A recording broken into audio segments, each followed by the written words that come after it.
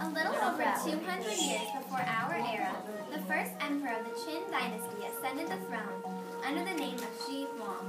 This emperor was very cruel toward his subjects, forcing people from every part of the country to come and build the Great Wall to protect his empire. Work never stopped, day or night, with the people carrying heavy loads of earth and bricks under the overseer's whips, lashes, and curses. They received very little food. The clothes they wore were threadbare, so it was scarcely to be wondered at that large numbers of them died every day.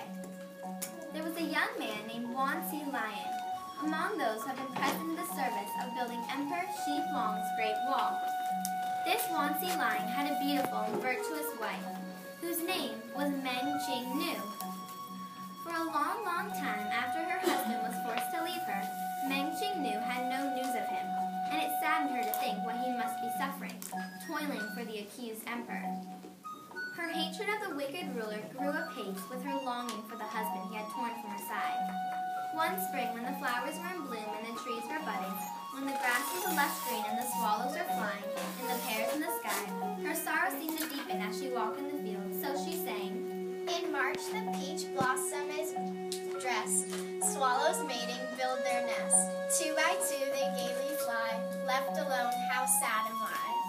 But even when autumn came round, there was still no news about Wan Si Lion.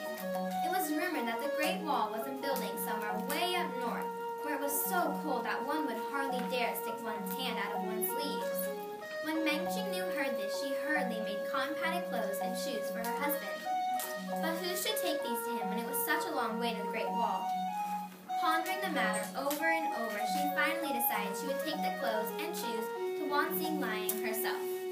It was rather cold when she started out. The leaves had fallen from the trees, and as the harvest had been gathered in, the fields were empty and forlornly dismal.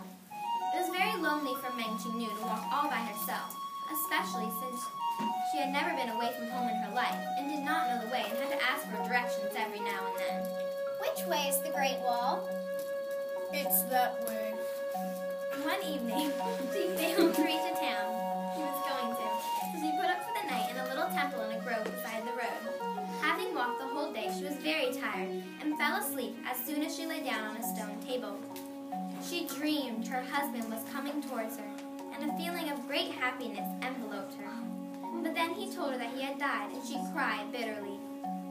When she woke up in the morning, she was overwhelmed by doubts and sadness as she remembered this dream. With curses on the emperor who had torn so many families asunder, Meng Qingnu continued on her way.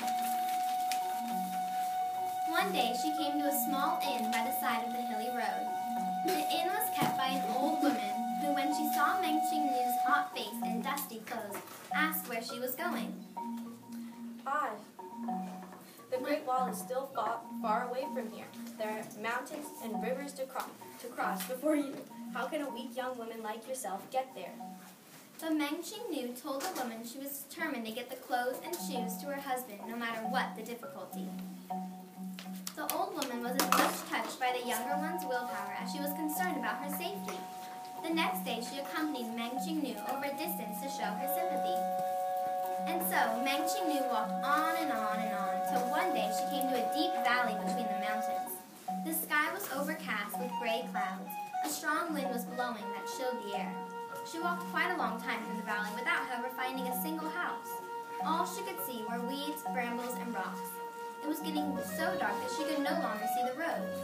At the foot of the mountains there was a river running with water of a murky color. Where should she go? Being at her wit's end, she decided to spend the night among some bushes. As she had not eaten anything for the whole day, she shivered all the more violently in the cold.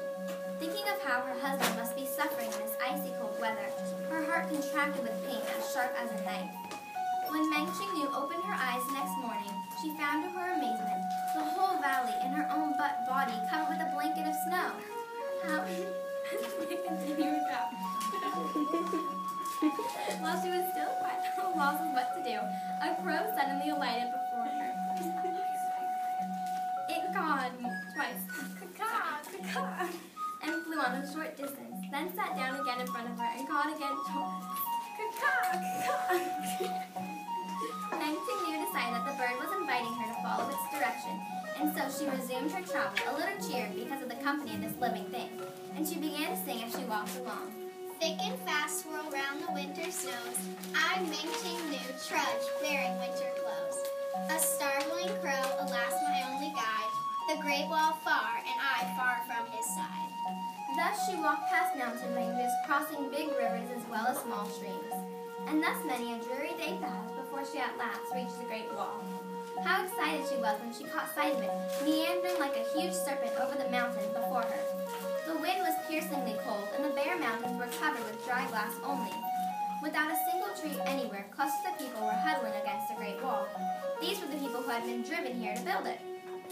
Ming-Ching Nu walked along the Great Wall, trying to find her husband among those who were toiling here. She asked after her husband. Is Wang Xing long here? No. But nobody knew anything about him, so she had to go on inquiring. She saw what sallow faces the toilers had, and their cheekbones protruding through the skin, and she saw many dead lying about without anybody paying attention. Her anguish over her husband's unknown fate increased, so that she shed many bitter tears as she continued her search. At last she learned the sad truth. Her husband had died long ago because of the unbearably hard toil, and his body had been put underground where he fell under the Great Wall. Hearing this tragic news, Ming-Ching Nu fell into a swoon. Some of the builders tried to revive her, but it was a long while before she regained consciousness. When she did, she burst into a flood of tears, for several days on end, so that many of the toilers wept with her. So bitter was her lament that suddenly a length of over 200 miles the Great Wall came crumbling down. While a violent storm made the sand and bricks whirl about in the air. It was Ming-Ching Nu who by her tears caused the Great Wall to crumble. The people along the Edelweiss told one another with amazement, at the same time filled with hatred of the cruel emperor, who caused nothing but misery to his subjects.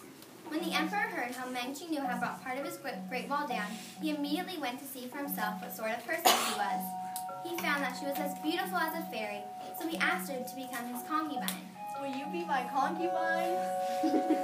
Ming-Ching Nu, who hated him so deeply for his cruel ways, would of course not consent to this, but she felt a ruse would serve her purpose better than frankness, so she answered amiably. Yes, I will, if you do 3 things for me. The emperor then asked what these 3 things were, and Ming-Ching Nu said, The first is that you bury my husband in a golden coffin with a silver lid on it. The second is that all your ministers and generals go into mourning for my husband and attend his funeral. The third is that you attend his funeral yourself, wearing deep mourning as his son would do. Being so taken with her beauty, the emperor consented to her request at once. Everything was therefore arranged accordingly. In funeral procession, Emperor Shi Huang walked closely behind the coffin, while a cortege of his courtiers and generals followed him. The emperor anticipated happily the enjoyment the beautiful new concubine would give him. But Ming-Ching Nu, when she saw her husband properly buried, kowtowed before his tomb in homage to the deceased, crying bitterly for a long time. Then, all of a sudden, she jumped into the river that flowed close by the tomb. The emperor was infuriated at being thwarted in his desires. He ordered his attendants to pull her out of the water. Get her out of there now! Before they could seize her, Ming-Ching Nu had turned into a beautiful silvery fish and swam gracefully out of sight, deep down into the green-blue water.